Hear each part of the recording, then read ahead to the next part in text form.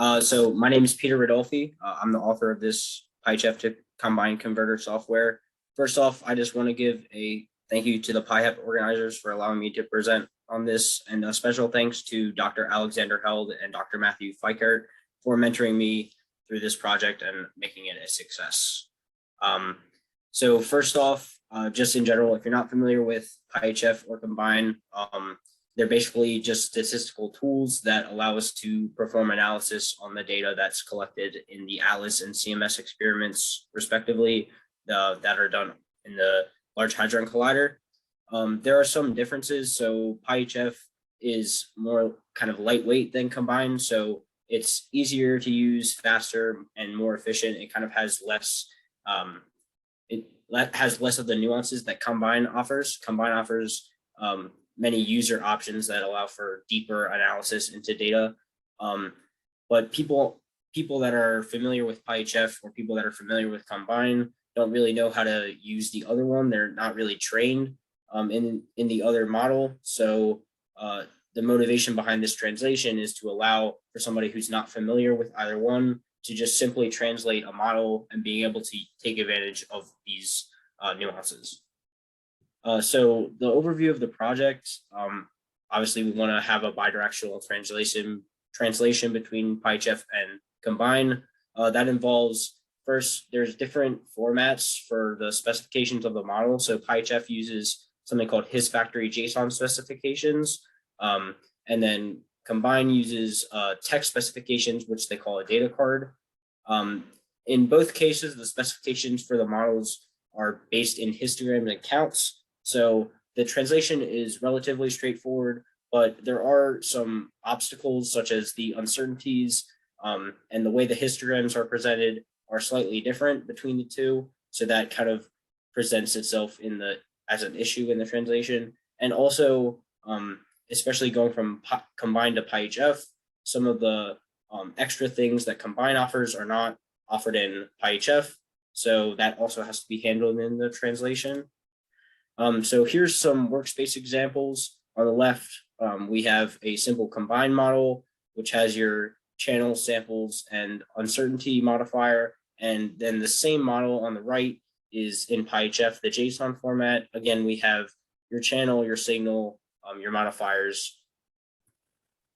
So with running the translation, it's designed to be run where you can take advantage of both the Combine and PyHEP tools.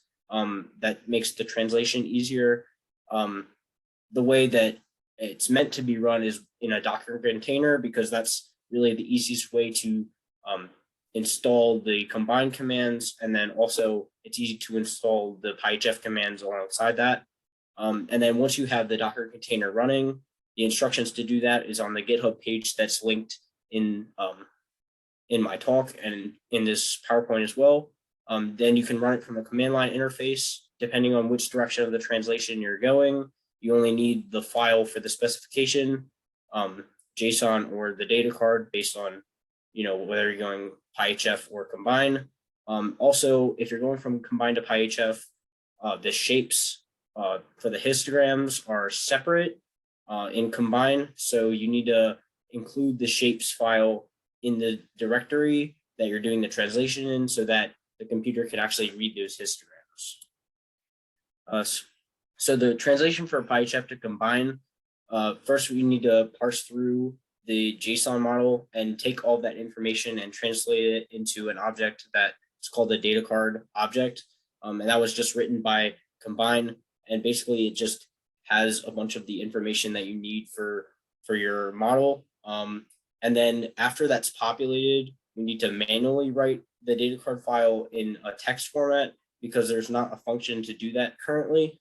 And also we need to generate histograms and put them in the separate shapes root file, because in PyHEP, the binning is just built into the model specifications, and in Combine it's separated. So we have to create that separate file. And also in Combine, samples that are signal are designated with negative numbers, and then background is with positive numbers. And so we have to decide which samples are signal in PyHEP based on the presence of signal strength modifiers and not based on the numbers, so that we can specify that in combine.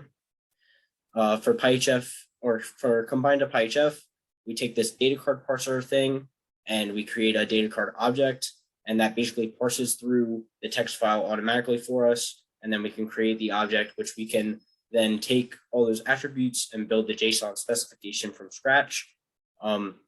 We need to read the histograms that are separate and combine and I use uproot to do this. And then we can put all of that data into the JSON file together with everything else. We also need, since PyHEF only identifies signal based on the presence of modifiers, signal strength modifiers, which are called norm factors, we need to read which samples are signal and add norm factors to every sample in the JSON specification that is a signal. And additionally, some combined systematics like log uniform are not supported in PyHEF. Like I said earlier, combine has a lot of extra bells and whistles that PyHEF doesn't offer. So this needs to be accounted for, and an error must be raised so that the user knows the translation is not going to be accurate. So some important differences here.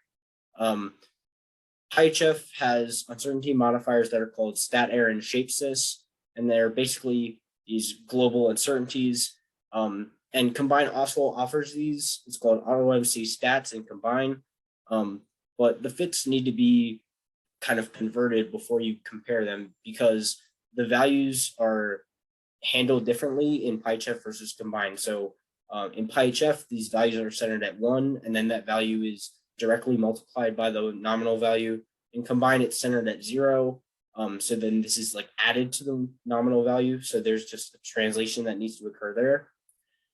Combine also implements something called a shape normalization split, and PyHEF does not do this. So automatically in combine in a data card, if you have a uncertainty that is a shape uncertainty, which means it's just a histogram with different counts, different yields than the nominal value, combine will automatically create a normalization factor that will change those yields based on how many more or how many less it has than the nominal histogram. So when you're converting from combine to PyHEF, you need to manually add in this normalization factor into the PyHEF workspace.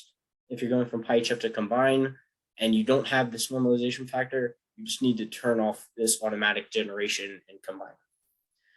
The last thing we need to do with the translation is validate that it actually works. So I generated these likelihood plots for models that were converted. And although there was a lot of speed bumps in creating these plots, eventually I was able to get them to perfectly match. So that validated that the translation was working. And also I generated the expected yields in both models and they also matched.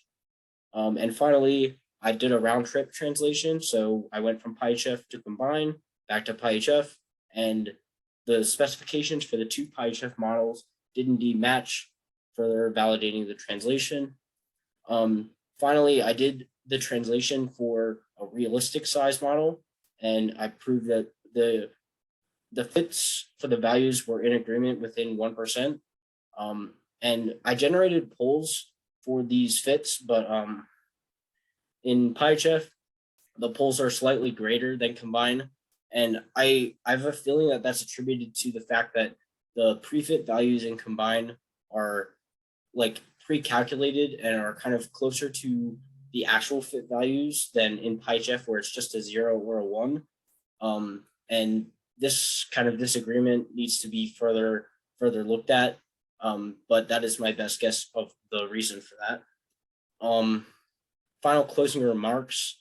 The success of this project is really big for high energy physics in general, because now people are able to take advantage of both the advantages of PyHEF and combine without knowing how to use one or the other. And anybody can do this. The script is currently available on GitHub for public use at this link. And also it's available as a package on PyPI. So you just need to do pip install PyHEF combine converter, and you'll be all set to go.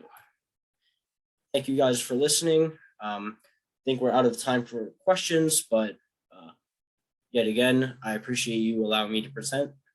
Thank you. Yeah, thanks a lot. Sounds like really a great tool.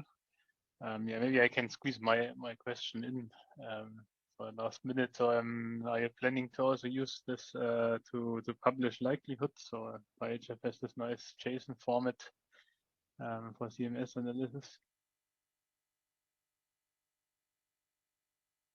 I can maybe jump in and kind of comment there. So I don't think that CMS is going to directly just take these converted models and publish right away, but I think that this is definitely hopefully a stepping stone towards getting to the point where any LHC experiment that wants to publish full statistical models to HEP data can. So I'll let CMS people speak for themselves here, but I don't think that this is going to be a one and done sort of situation. But we're looking forward to trying to help facilitate things.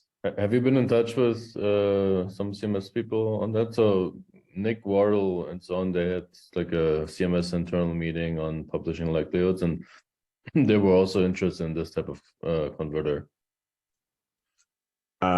Yeah, I need to talk with Nick again. I know that I know the meeting you're talking about, and so I think that there's interest there, but I don't know if they're